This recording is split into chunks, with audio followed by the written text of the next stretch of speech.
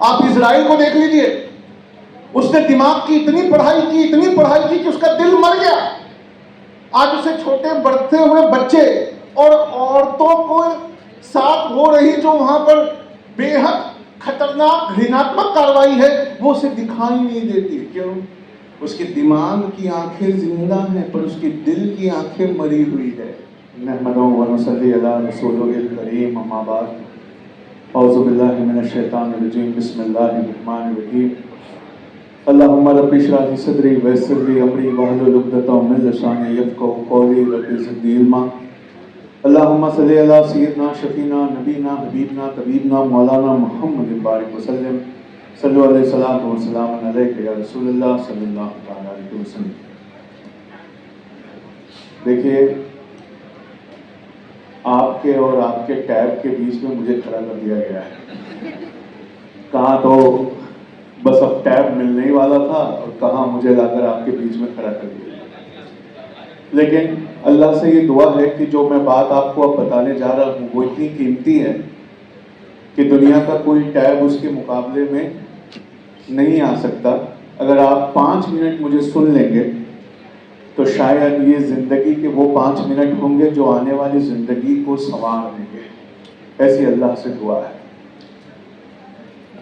हमारे गोवंडी के, शिवाजी नगर के जितने टॉपर बच्चे हैं वो सब मेरी आंखों के सामने हैं और उन्होंने बहुत अच्छा किया है। इस वजह से आज उनका फेलिसिटेशन है। हम उनको एजाज देना चाहते हैं, हम उन्हें सम्मान देना चाहते हैं। लेकिन मेरा एक सवाल है आगे बढ़ने से पहले कि क्या आप लोगों ने पढ़ाई की है?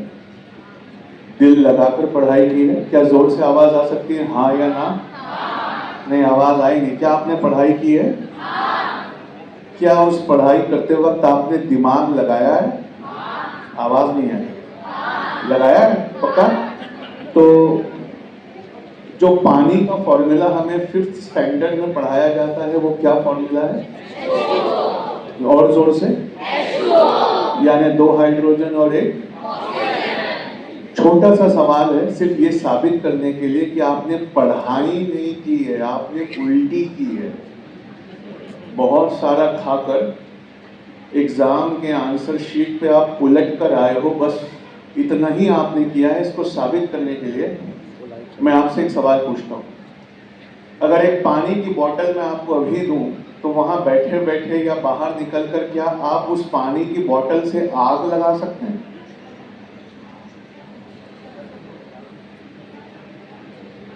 क्या अगर एक पानी की बिस्लेरी की बोतल मैं आपके अभी हाथ में दूं तो क्या आप उस पानी की बोतल से आग लगा सकते हैं?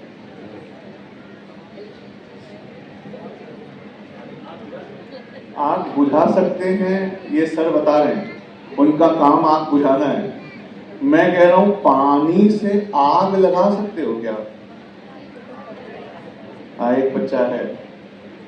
तो सोचिए, यहां इस वक्त गोवंडी और शिवाजी नगर के सारे टॉपर बैठे हुए हैं और उन्होंने एग्जाम में इतना अच्छा किया है कि आज उन्हें टैब और लैपटॉप मिलने वाला है। लेकिन एक सवाल का जवाब जो है वो नहीं दे पा रहे कि क्या हम पानी से आग लगा सकते हैं। ये है कि हम पढ़ाई करते हैं पर पढ़ाई करते वक्त रटते ज्यादा है, दिमाग कम लगाते। वरना आप मुझसे कहते हैं हाँ सर आग लगाई जा सकती है पानी की बोतल से। क्या, कैसे? तो आप कहते हैं कि सर एक पेज दे दो, पानी की बोतल दे दो और मैं बाहर निकल के सूरज की रोशनी को उस पानी की बोतल से गुजार कर इस पेपर पे फोकस करूंगा। मैं उस पानी की बोतल को एक मैग्नीफाइंग ग्लास की तरह सूरज की रोशनी को उसमें से गुजार कर एक पॉइंट इस पेपर पे ऐसा बनाऊंगा कि ये पेपर में आग लग जाएगी। आप सोचिए, आपने सिर्फ रटाना, जिसको कहते हैं ना रोट लर्निंग, खूब सारी रटाई की और एग्जाम में जाकर खूब सारी उल्टी की। इसलिए जब हम कहते हैं ना कि हमारे बच्चों के 99.6% आए, 99.7% आए, वो परसेंट इस बात के हैं कि किसने कितनी अच्छी उल्टी की है। आखिरी सेकंड तक खूब सारा अपने दिमाग में समाकर और हम जाकर उस पेपर पे उल्टी कराते हैं, पढ़ते समय दिमाग नहीं लगाते। आपको यकीन नहीं हो रहा, एक सवाल और पूछता हूं फिर बताता हूं पढ़ाई कैसे करनी है। यहां पर अक्सरियत में मुसलमान बैठे हैं और कुछ बेहतरीन हिंदू भाई भी बैठे हैं या हिंदू बहनें भी हैं। एक सवाल पूछूं, क्या आप सब अल्लाह में, ईश्वर में विश्वास रखते हैं? आवाज नहीं है। क्या अल्लाह है? क्या वो कादिर कुदरत है? क्या वो दुनिया की हर चीज पे कुदरत रखता है? तो मेरा एक सवाल है, अल्लाह कुदरत रखता है और सबसे ताकतवर है, इसका सबूत मुझे इस पानी की बोतल से दीजिए। सर, हर चीज में पानी की बोतल क्यों आ रही है? क्योंकि मैं नाश्ता करने के बाद पानी पीना भूल गया था। अब आप सुनिए, जिस बात ने पूरी दुनिया को हिला के रखा है वो ये है कि एक अल्लाह है और वो कादिर कुदरत है। कैसे? दुनिया में सबसे तेज जलने वाली चीज जिसका बॉम्ब बनाने पर वो एटम बॉम्ब से ताकतवर है। आपको आज जाकर चैट जीपीटी या गूगल से पूछना चाहिए कि दुनिया का सबसे ताकतवर बम कौन सा है, तो वो बताएगा हाइड्रोजन बॉम्ब। और एक ऐसी चीज जिसके बिना दुनिया में कोई चीज जल नहीं सकती, हम उसे ऑक्सीजन कहते हैं। इसीलिए साइंस की किताबों में जलने को ऑक्सीडेशन कहा जाता है। वो ऑक्सीजन जिसका एक्सपेरिमेंट आपने बचपन में किया था, याद है? एक मोमबत्ती रखो, उसके ऊपर ग्लास रखो, ग्लास के अंदर का ऑक्सीजन खत्म तो मोमबत्ती बुझ जाती थी।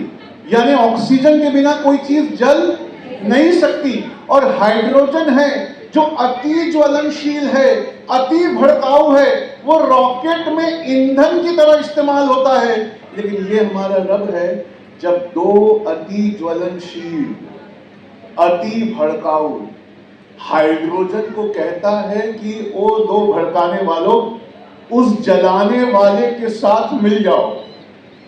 यानी साइंस की किताबों में वो दो हाइड्रोजन उस ऑक्सीजन के साथ मिलकर H2O बनाओ, तो ना ये भड़काने के काम आ रहा है, ना ये जलाने के काम आ रहा है, उल्टा है, ये बुझाने के काम आ रहा है।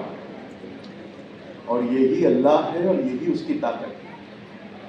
आप सोचिए, जिसकी फितरत में भड़कना था, जिसकी फितरत में रॉकेट में ईंधन बन के चलना था, जिसकी फितरत में दुनिया का सबसे ताकतवर बम बनना था, वो जब एक जलाने वाले के साथ, एक आग लगाने वाले के साथ मिला, तो ना ये भड़का रहे हैं, ना ये जला रहे हैं, उल्टा है, ये बुझाने के काम आ रहे हैं। किसी दोस्त से कभी बोल के देखना, कल मेरे घर पे आग लगी थी। अच्छा, फिर? तो बुझाई कैसे? पता नहीं, हमने उस पे 2 हाइड्रोजन और 1 ऑक्सीजन डाला। तो दोस्त कहेगा फिर तो भड़क गई होगी। कहा नहीं, भड़की नहीं, उल्टा था, बुझ गई। जब आप सोच कर, तसव्वुर कर कर ऐसी पढ़ाई करते हैं, जब आप इमेजिनेट करते हैं, जब आप इनोवेट करते हैं, जब आप जो लिखा है उसे अपने दिमाग में कई बार सोच कर पढ़ते हैं, तब आप जाकर वो इंसान बनते हैं जिस इंसान को ये दुनिया ढूंढ रही है। वरना एक आंधी है जो आ चुकी है, और वो आंधी हमें उड़ाकर पता नहीं कहां ले जाएगी। हम उसे आर्टिफिशियल इंटेलिजेंस की आंधी कहते हैं। आर्टिफिशियल इंटेलिजेंस इंसानों के इंटेलिजेंस से इतना ताकतवर है कि वो दुनिया की कोई भी चीज कर सकता है। तो आपको पता है, नॉर्थ इंडिया में मेरी तकरीरों को बहुत पसंद किया जाता है। साउथ इंडिया में इंग्लिश में मैंने बहुत कम तकरीरें की हैं, तो उन्होंने भी सुन रखा था। तो पिछले फ्राइडे मुझे केरला बुलाया गया तकरीर करने के लिए। तो जब मैं वहां स्पीच दे रहा था, तो मैं इंग्लिश में बोलना चाह रहा था, लेकिन सामने का जो वो होता है मॉब ऑडियंस, उनकी इंग्लिश भी बहुत गहरी नहीं थी। तो हमारे सामने एक क्राइसिस था कि क्या करना चाहिए। तो मैंने अपने फोन को निकाला और मैं आपको करके दिखाता हूं कि वहां मैंने क्या किया, और फिर मैं आपसे पूछता हूं कि आप कैसी पढ़ाई कर रहे हैं। मैंने वहां चैट जीपीटी से कहा कि मैं जो कह रहा हूं इसे लाइव मलयालम में लोगों को ट्रांसलेट करके सुनाओ। और मैं तकरीर करता हूं और मेरे मुंह से निकलने की देर रहती, मेरा फोन उसे मलयालम में ट्रांसलेट करके वहां के लोगों का दिल जीत लेता। आज यहां कोशिश करते हैं कि मैं जो बोल रहा हूं वो आपको मराठी में सुनाए, देखते हैं कैसा लगता है। Hi, I want you to translate everything that now I am going to speak in Marathi so that the live audience in front of me can hear in Marathi. Can you do that? Absolutely. I'd be happy to help. Just go ahead and speak and I'll translate it into Marathi for your audience. I want them to know that rote learning is of no use. We should understand and do some very deep analysis before saying that we are educated. How do you speak that in Marathi? Sure. Here's how you can say that in Marathi. मला त्यांना सांगायचं आहे की पाठांतर करणं निरर्थक आहे. आपण खरोखर शिकलो असं म्हणायचं असेल तर आधी खोलवर विचार करू आणि सखोल विश्लेषण करून शिकणं गरजेचं आहे. Can you speak the same thing in Bengali? Of course. Here's how you can say that in Bengali. আমি তাদেরকে জানাতে চাই কি মুখস্থ করা কোনো কাজের নয়। আমরা যদি সত্যি শিক্ষিত হতে চাই। Can you speak that in Arabic? I am in front of an audience who speak Arabic. Sure. Here's how you can say that in Arabic.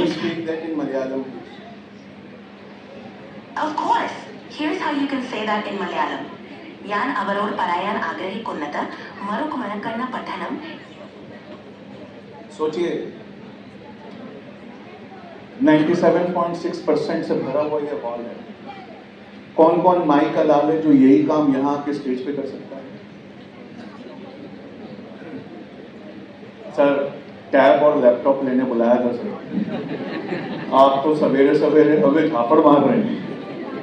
नहीं, आपको मालूम है दुनिया किस तरफ जा चुकी है?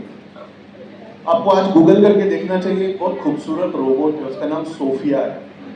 सोफिया रोबोट की एक खास बात है, उसके चेहरे में 36 मोटर लगे हुए हैं। तो वो कोई भी बात अपने चेहरे पे एक्सप्रेशन लाके बोलती है, बड़ी खुशी से। क्या कह रहे हैं आप सच में 97.6% लेकर आए? चेहरा ऐसे बदलता है रोबोट जैसे हम किसी इंसान से बात कर रहे हैं। उसकी स्किन का कलर बदलता है जो वो बोलने वाली है उस हिसाब से। तो आपको मालूम है जो फोन में मेरे चैट जीपीटी है, इसको उठाकर सोफिया रोबोट के अंदर डालने वाले। तो सोचिए एक रोबोट होगा जो हर काम कमांड देते ही करता होगा। ऐसा पहला रोबोट लॉन्च होगा तो पता है कौन खरीदने वाला? कौन? अबू वसीम आजमी साहब सबसे पहले एक रोबोट वो ये वाला लेने वाले हैं। और समाज में पता है क्या होगा? आज से 5 से 6 साल बाद, और मेरी ये बात याद करके उस दिन हंसना, या चलो मान लेते हैं आप मुसलमान हैं तो थोड़ा टाइम लगेगा, 10 साल बाद हमारे लड़कों की पूरी जनरेशन बड़ी होगी जो अपने माँ बाप से ये कहेगी कि मुझे किसी लड़की से शादी नहीं करना, मुझे सोफिया रोबोट से शादी करना है। आप सोचिए, जब हम एक अच्छी औरत से शादी करते हैं तो अल्लाह ने रिश्ते को खुशमिजाज रखने के लिए आदमी और औरत के मूड को स्विंग करता हुआ बनाया। कभी बहुत ज्यादा मोहब्बत होती है, कभी किसी बात पे तकरार होती है, कभी मनमुटाव होता है, कभी मनाना होता है, लेकिन सोफिया रोबोट वो हमेशा खुश रहती है, किसी चीज की डिमांड नहीं करती। जब मैं ऑफिस जाता हूं तो मेरे नोट्स को कंप्लीट कर देती है। जिस किताब को मैं लिखना चाहता हूं मैं उससे बस मेन पॉइंट्स बता देता हूं, वो मेरी किताब लिख देती है। जब मैं ऑफिस से लौटने वाला होता हूं तो YouTube से रेसिपी डाउनलोड करके मेरा फेवरेट खाना बना देती है। और जब मैं अंदर आता हूं तो वो उस तरह से खुशी से मुझे वेलकम करती है जिस तरह से एक आइडियलिस्टिक, जिसको कहते हैं ना, परिवार में किसी के बाहर से आने पर वेलकम करना चाहिए। उस जमाने में लड़कों ने ये कहना है कि हमें शादियां नहीं करनी, हमें एक रोबोट लीज पर लेना है। हम ऐसे जमाने की तरफ बढ़ रहे हैं।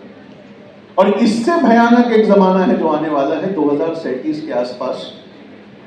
किसी फैमिली में कोई बच्चा किसी एक्सीडेंट की वजह से गुजरने वाला होगा और माँ बाप वहां रो रहे होंगे, तो एक ड्रोन उड़ता हुआ आएगा और ड्रोन कहेगा कि अगर आप क्रेडिट कार्ड मुझे दें तो मैं अभी इसके दिमाग को स्कैन करके इसकी मेमोरी को अपने अंदर स्टोर कर दूं। आप जैसी क्रेडिट कार्ड लगाएंगे, मरने के 5 मिनट बाद तक साइंस कहता है दिमाग जिंदा रहता है, तो वो उस मेमोरी को स्कैन कर दे। फिर उसके बाद सोशल मीडिया पर जाकर अगर उस बच्चे ने कोई तकरीर की है, कोई एसे लिखा है, कोई किताब लिखी है, उसको स्कैन करके उसकी तरह सोचना और बोलना सीख लेगा। और 2037 एक ऐसा साल होगा कि हमारे घर की घंटी बजेगी, जब हम दरवाजा खोलेंगे तो सोफिया रोबोट नहीं होगी, हूबहू उस बच्चे के जैसा दिखने वाला एक रोबोट खड़ा होगा जिसे हम 3 दिन पहले दफना कर आए। उसे देखते ही सब लोग डर जाएंगे, वो कहेंगे अरे ये कैसे हो गया। लेकिन उस भीड़ में मां सामने आई और अपने बच्चे के बहरूपीय रोबोट को देखकर रोने लगी, तो रोबोट उसे कहेगा मां रो मत, बताओ मेरी पहली स्कूल का नाम क्या था, बताओ मेरी फेवरेट आइसक्रीम कौन सी है, बताओ तुम मुझे कहां घुमाने ले गई थी, बताओ तुम मुझे प्यार से क्या कहती हो। मां रोने लगेगी, कहेगी ये रोबोट है, जो भी है जैसा भी है मैं इसके सहारे जी लूंगी, मुझे ये चाहिए। ऐसा है एक जमाना जो आने वाला है। उस जमाने की तैयारी में अगर आप रट कर पढ़ाई करेंगे तो आप उस जमाने के लिए तैयार नहीं हो। हमारे स्टेज पर एक आईएएस बैठी है, इन्होंने बड़ी मेहनत से दुनिया के टफेस्ट एग्जाम को क्रैक किया है। आपको मालूम है वो दुनिया का सबसे टफेस्ट एग्जाम क्यों है? क्योंकि उस एग्जाम को क्रैक करने के लिए आप किसी रोबोट का सहारा नहीं ले सकते। मैं एक एग्जांपल देता हूं आपको। आपने एलेक्सा देखी? एलेक्सा से आप दिन भर बात कर सकते हैं। और इस फोन में सीरी है, hey Siri, hey Siri can you talk with me. देखा, वो सुनती है, हमारी हर बात सुनती है। जैसे हम उसे सीरी कहते हैं वो जग जाती है, कहती है hello how can I help you, क्या कर सकती हूं मैं आपके लिए। अब ध्यान से सुनना, ये एलेक्सा और सीरी का एक छोटा सा मशीन आता है 3.5 लाख रुपए का। तो आज घर जाकर अपने अब्बा से कहना है कि अब्बा हमें वो मशीन चाहिए। अब्बा कहेंगे क्यों?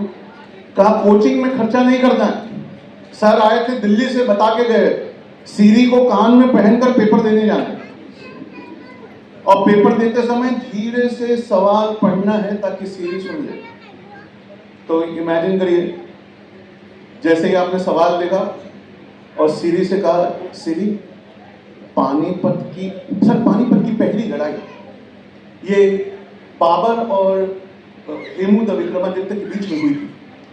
नहीं, पानीपत की पहली लड़ाई सीरी, पानीपत की पहली लड़ाई सर ये बाबर और इब्राहिम लोदी के बीच में हुई थी। नहीं, पानीपत सर दूसरी लड़ाई सर ये अकबर और हेमू विक्रमादित्य के बीच में हुई। अरे पानीपत की तीसरी लड़ाई सर मराठा और अफगान के बीच में हुई थी। अरे सीरी सवाल तो सुनो, यहां लिखा है यूपीएससी के पेपर में पानीपत में ही इतनी लड़ाइयां क्यों हुई थी। अब सीरी चुप है, अलेक्सा खामोश है। सीरी पानीपत में इतनी लड़ाइयां क्यों हुई थी? सीरी कहती है ये वाला सवाल इंसानों के सोचने के लिए बनाया गया है, कृपया मशीन को परेशान ना करें। अच्छा छोड़ो सीरी, सेकंड क्वेश्चन देखो। गांधी जी सर पोरबंदर में इनका जन्म हुआ था। अरे गांधी जी सर इनके जो पिताजी थे वो काठियावाड़ के दीवान थे। अरे सीरी गांधी जी साउथ अफ्रीका में बहुत साल। अरे सवाल कुछ और है क्या? ये यूपीएससी का क्वेश्चन पेपर, इसमें लिखा है आज गांधी जिंदा होते तो क्या कर रहे होते। अब आप सीरी पे मत हंसो, अपने आप पर हंसो कि आपने गांधी जी के फैक्ट्स को रट लिया। आपने पानीपत की 3 लड़ाइयों को रट रट कर तैयार कर दिया, खूब अच्छी उल्टी की। उस उल्टी के बदले आज लैपटॉप और टैब लेने भी हम आए हैं।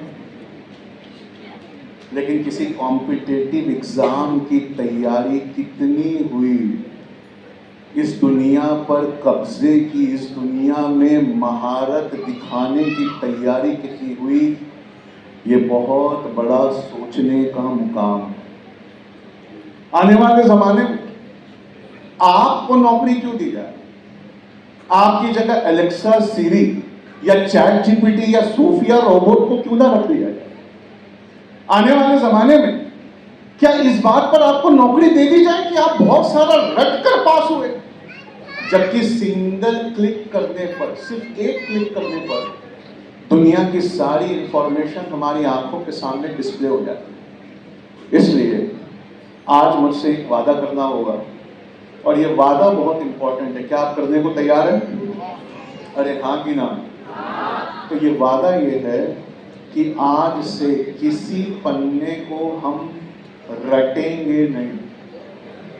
वादा करिए, आज से किसी पेज को हम रट कर नहीं पढ़ेंगे, बल्कि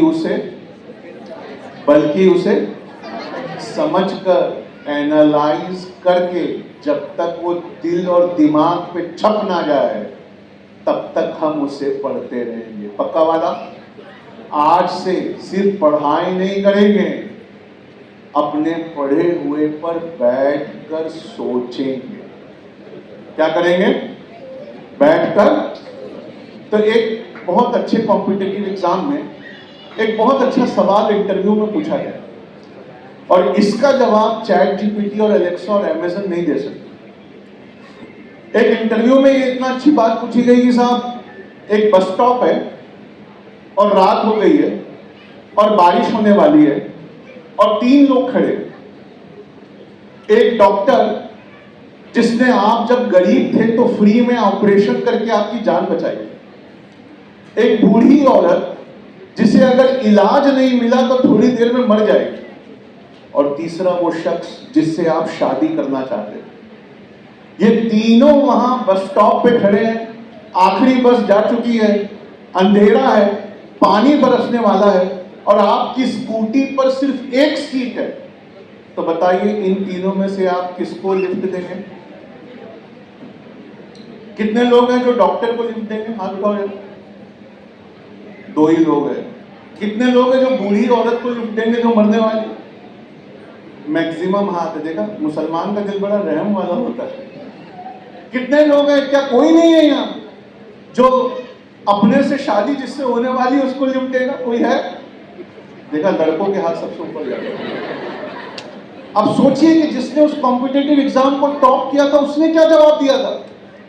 उसने कहा था कि मैं अपने स्कूटर की चाबी डॉक्टर को दूंगा और उससे कहूंगा कि इस बूढ़ी को बिठाकर अपने हॉस्पिटल ले जा और उसका इलाज कर। नहीं, अगली लाइन पे ज्यादा जोर से ताली बज जाती है, पता नहीं क्यों।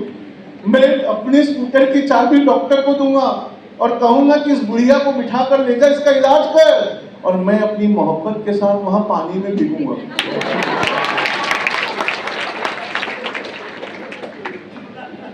ये जो स्मार्टनेस, ये जो इंटेलिजेंस है, ये अच्छी सोहबतों से आता है। ये स्मार्टनेस और ये इंटेलिजेंस ऊंची पढ़ाई, ऊंची तालीम करने से आता है। ये रट कर नहीं पढ़ने से आता है। इसलिए मैं किसी पॉलिटिकल फिगर की तारीफ नहीं करता, लेकिन ये कहना चाहता हूँ कि इन्होंने जो आपके लिए चुना है गिफ्ट, वो एक छोटा सा टैब या लैपटॉप नहीं है बेटा। वो एक ऐसी खिड़की है जिससे पूरी दुनिया की नॉलेज ली जा सकती है। वो एक ऐसी चीज है जिससे दुनिया की हर रिसर्च की जा सकती है। और आपने मुझसे अभी अभी वादा किया है कि आप रिसर्च करेंगे, आप मेहनत से पढ़ेंगे। आपको और एक चीज बताकर मैं अपनी बात को खत्म करता हूं। हमें एक नई तरह की तालीम की जरूरत है। पता है कौन सी तालीम? हम अपने दुश्मन के नजरिए से, या वो इंसान जिसके दिल में हमारे लिए नफरत डाल दी गई है, उसके नजरिए से भी हमें सोचना आना चाहिए। इसे असली एजुकेशन कहते हैं। मैं इसकी एक मिसाल देना चाहता हूं। जितने सोशल मीडिया के प्लेटफॉर्म्स हैं, फेसबुक है, यूट्यूब है, ट्विटर है, इनमें इन सॉफ्टवेयर, इन एल्गोरिदम को एक बात बताई गई है, पता है क्या? कि तुम यूजर को रोक कर रखो, तुम उसे कहीं जाने मत दे। इसलिए यूट्यूब कहता है कि जितने लोग हमारे पास एक वीडियो देखने आते हैं, देखने वो एक वीडियो आते हैं, लेकिन 37 वीडियो देख कर जाते हैं। और यूट्यूब क्या करता है? उसका एल्गोरिदम क्या करता है? किसी चरस बेचने वाले की तरह हर वीडियो को पिछले वाले वीडियो से और गहरा और इंटरेस्टिंग सजेस्ट करता है, और हम वहां रुके नहीं, इसलिए हमें सिर्फ 3 वीडियो दिखाता है। एक नफरत से भरा हुआ वीडियो, दूसरा गुस्से से भरा हुआ वीडियो, और तीसरा लालच से भरा हुआ वीडियो। ये नफरत, ये गुस्सा, ये लालच, इनके वीडियो हम पर ऐसे असर कर रहे हैं जैसे हमारे साथ दिन भर कोई इंसान हो और उसकी बातें हम पे असर करती हैं। मिसाल के तौर पे आप कुछ भी सुनना चाहते हैं, कुछ भी सोचना चाहते हैं, मैं हर थोड़ी देर में आपको कहूं नहीं नहीं वो फला इंसान बहुत बुरा है, ये देखो सबूत। फिर आप कुछ और सोचना चाहते हैं, मैं कहूं नहीं नहीं वो इंसान नफरत करने के लायक, वो हमारे साथ नहीं रहने के लायक, देखो ये सब। पता है क्या होगा? 3 से 4-5 दिन में आप बदल जाएंगे। आप ना चाहते हुए भी उससे नफरत करने लगेंगे। आज पूरी दुनिया के इंसानों को एल्गोरिदम्स ने ऐसे ही बांट दिया। जो वीडियो मुसलमानों को सजेस्ट होते हैं वो हिंदू हजरात को सजेस्ट नहीं होते, और जो हिंदू हजरात को सजेस्ट होते हैं वो मुसलमानों को सजेस्ट नहीं होते। उन्हें उनको जो दिखाना चाहिए वो दिखाया जाता है, और हमें जो दिखाना चाहिए वो दिखाया जाता है। और जब कोई इंसान खड़े होकर इसको चैलेंज करता है तो हाउस से उसकी सदस्यता को रद्द कर दिया जाता है। सुप्रीम कोर्ट उसे अंतरिम जमानत देने से पहले, कल का भी एक किस्सा है, एक पढ़े लिखे प्रोफेसर ने कुछ नहीं कहा, उन्होंने देश की सच्चाई उजागर की और उन्होंने कहा कि इतने खूबसूरत और बेहतरीन हमारे फौजी हैं, इसके पीछे हम वो बात नहीं छुपा सकते कि यहाँ माइनॉरिटीज के ऊपर जो जुल्म हो रहा है, इस बात पर उन पर एफआईआर हो गई। आप सोचिए, जब वो कह रहे थे कि इस बात को हम नहीं छुपा सकते कि माइनॉरिटीज पे जुल्म हो रहा है, ठीक उसी वक्त जब वो लिख रहे थे कि बुलडोजर से घर तोड़े जा रहे हैं, ठीक उसी वक्त अहमदाबाद में उसी दिन उसी वक्त सियासत नगर में 8000 मुसलमानों और दलितों के घरों को तोड़ा। इसलिए हमें पढ़े लिखे लोग नहीं चाहिए, हमें ऐसे पढ़े लिखे लोग चाहिए जिनमें थोड़ी हिम्मत भी हो। आपके पढ़ने लिखने से, अभी मैडम यहां खड़ी थी, कह रही थी कौम को, देश को, समाज को बहुत बहुत फायदा होगा। नहीं सर, फायदा तब होगा जब आप तालीम के साथ थोड़ी हिम्मत भी दिखाएंगे, वरना मैक्सिमम पढ़े लिखों का क्या होता है? वो एक पढ़ी लिखी से शादी करके लाइफ में सेटल हो जाता है। और जिसने लोगों ने अच्छी पढ़ाई की, उसके बाद किसी पढ़े लिखे से शादी की और वो सेटल हो गए, उनकी मौत 25 साल की उम्र में ही हो जाती है। सिर्फ उनका कफन दफन 60 या 70 में होता है। आप मेरी बात की गहराई नहीं समझ पा रहे हैं। जिसने नौकरी की, बॉम्बे में ऐसी नौकरी होती है, मैं जानता हूं, फादर सवेरे 5 बजे लोकल पकड़ के जाते हैं और रात को 11 बजे लोकल पकड़ कर आते हैं। सवेरे इतना सवेरे जाते हैं कि बच्चे सोए रहते हैं, और रात को इतना रात को आते हैं कि बच्चे सोए रहते हैं।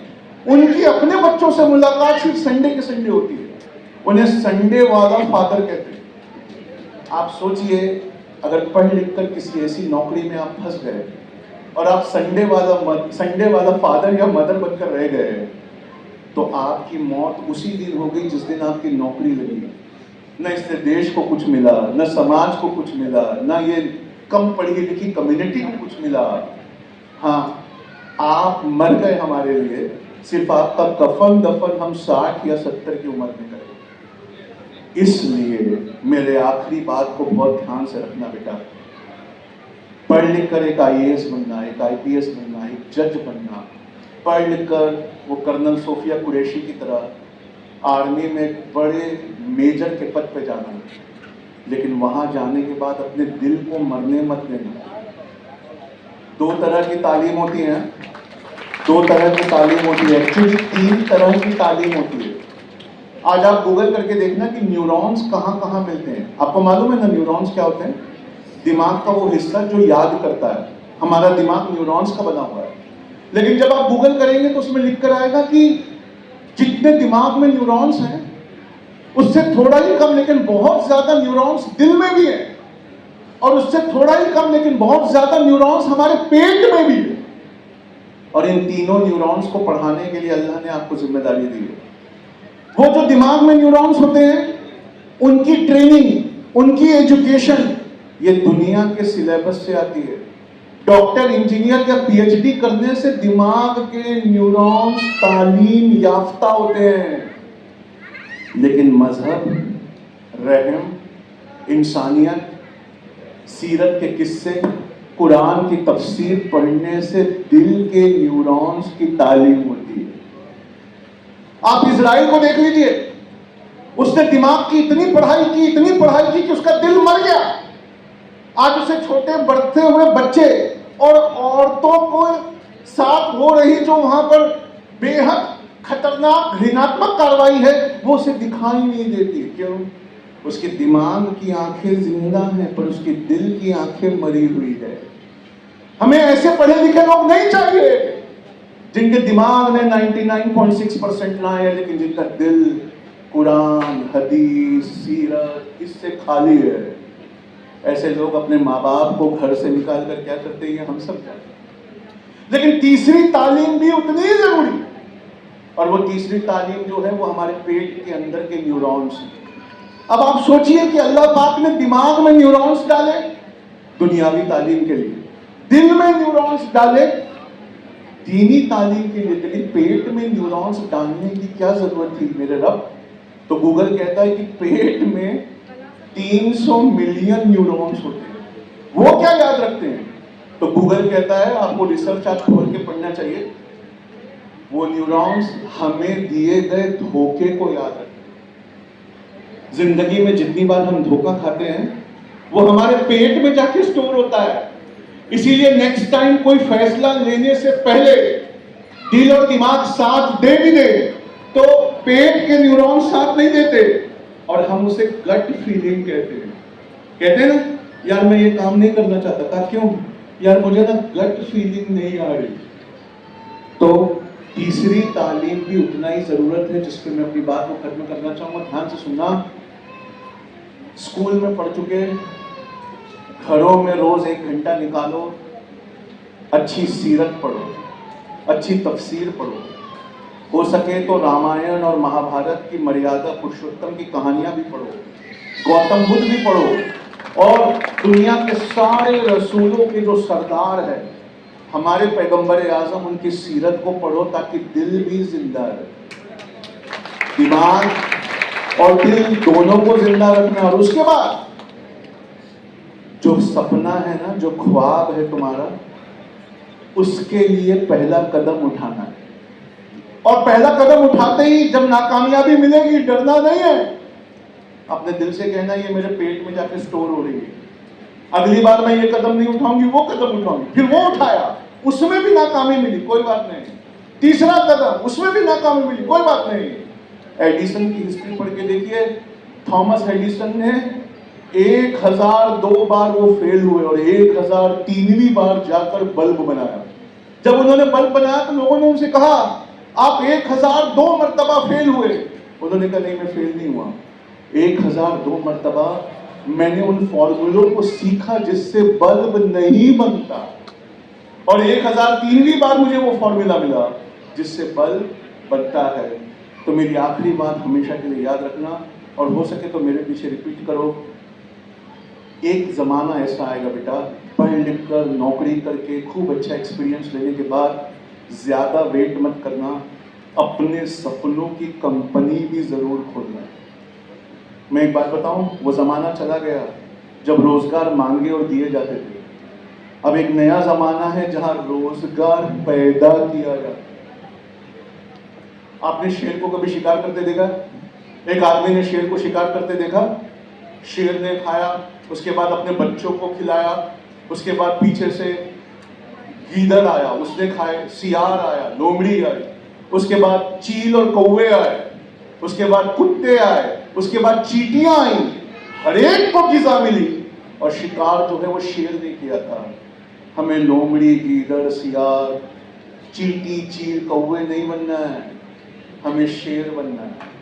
और हमें इतना बड़ा शिकार करना है, इतनी बड़ी कंपनी खोलना है, इतना बड़ा ऑर्गेनाइजेशन लाना है। अल्लाह ने हमें उसी के लिए भेजा है।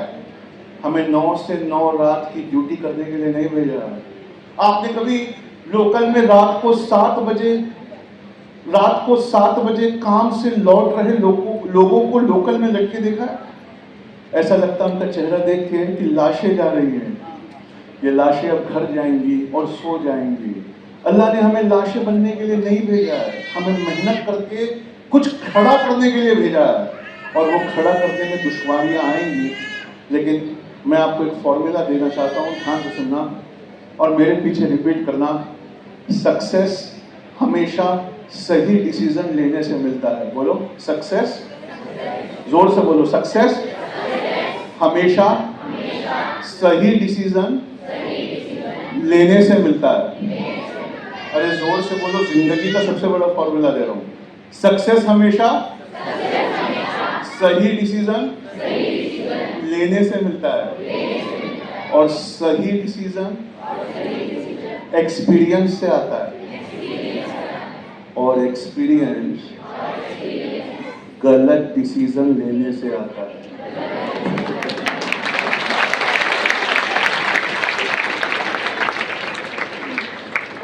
एक्सपीरियंस, अरे बोला नहीं आपने, एक्सपीरियंस गलत डिसीजन लेने से आता है। फिर एक्सपीरियंस आ गया तो हम सही डिसीजन लेते हैं, और सही डिसीजन लेते हैं तो सक्सेस मिल जाता है। उठो, लड़खड़ाओ, गिरो, फिर उठो, चलो, दौड़ो, रगड़ रगड़ के आगे बढ़ते रहो, गिरते रहो, सीखते रहो, उठते रहो। ऐसा करते रहना मेरे बच्चों, जब तक सक्सेस तुम्हें ना मिल जाए। बस इसी बात पे अपनी बात को खत्म करता हूँ। सलाम।